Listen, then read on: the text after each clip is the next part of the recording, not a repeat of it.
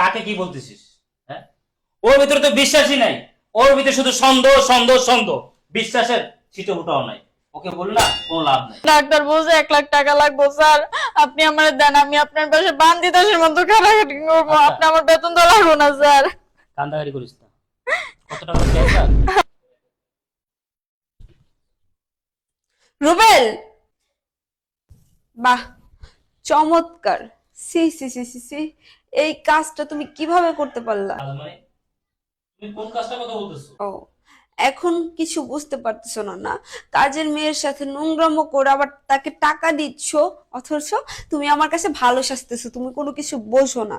নেহা, মুখ সামনে কথা বলো। কি আবল বলতেছো তুমি? আমি কোনো আবোল তাবোল বলছি না, আমি নিজ চোখে এসে যেটা দেখছি আমি সেইটাই বলতেছি। তুমি কি দেখবো? যেটা করতেছিল সেইটাই দেখলাম। দেখলাম এসে আমার স্বামী আমারই বেডরুমে কাজের মেয়ের সাথে নোংরামো করার পরে আবার তাকে টাকা দিচ্ছে। তুমি আরেকটা বাজে কথা বলবা না। তুমি আমার চরিত্র নিয়ে কথা বলবা না। তোমার আবার চরিত্র? তোমার কি চরিত্র আছে যে তোমার চরিত্র নিয়ে কথা বলবো? তুমি আমার স্ত্রী, এই তুমি আমাকে বিশ্বাস করো, বিশ্বাস করো। তুমি যেটা দেখতেছো, যেটা বুঝতেছো, সেটা না। তোমার কি মনে হয় আমি কি ছোট বাচ্চা? আমি কি ফিটার খাই যে তুমি আমাকে যেটা বুঝাইবে আমি সেইটাই বুঝবো? তুমি করছো কাজের মেয়ের সাথে নোংরামো, আবার আমাকে বলতেছো আমি তোমাকে ভুল বুঝতেছি। বাহ, চমৎকার। একেই বলে চোরের মায়ের বড় গলা। আস নেহা, তুমি অনেক কথা বলছো। এই তুমি আমার স্ত্রী, এই তুমি আমাকে বিশ্বাস করো, এই তুমি আমাকে ভালোবাসো। কত মেয়েদের স্বামীরা বিভিন্ন খারাপ কাজ করে থাকে, নোংরামি করে থাকে, আমি তো কিছুই করলাম না, তারপর তুমি আমাকে সন্দেহ করতেছো। তুমি সন্দেহের কাজ করছো, তার জন্য আমি তোমাকে সন্দেহ করছি। আর শোনো, আমি তোমার থেকে না এটা আশা করি।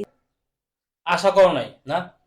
তাহলে শোনো, কেন আমি ওকে টাকা দিছি, শোনো তাহলে।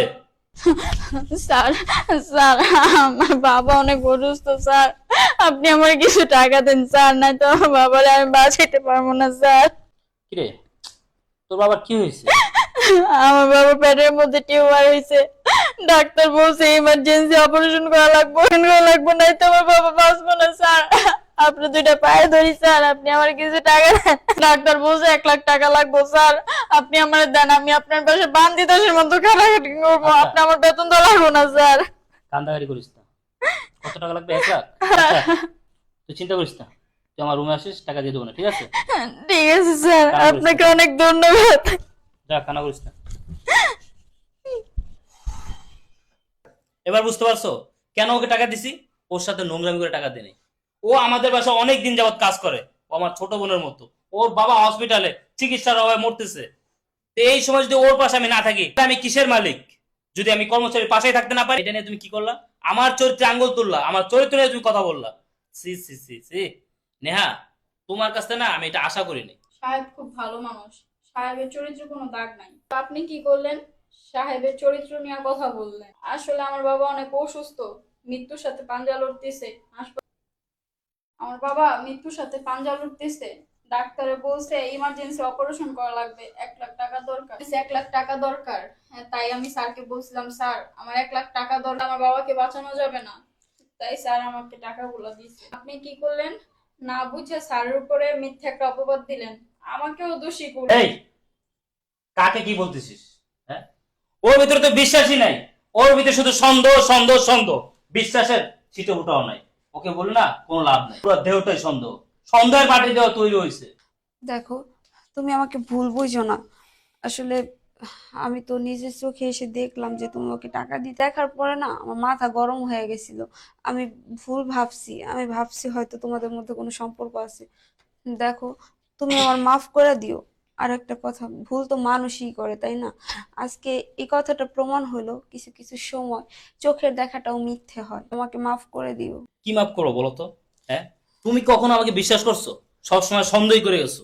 এই, তুমি যখন কোথাও যাও, অনেক জায়গায় তো যাও, ঘুরতে যাও না তোর বান্ধবীর সাথে, বন্ধুদের সাথে, আমি কখনো বলি যে কোথায় গেছো, কি করো? কখনো তোমাকে সন্দেহ করছি?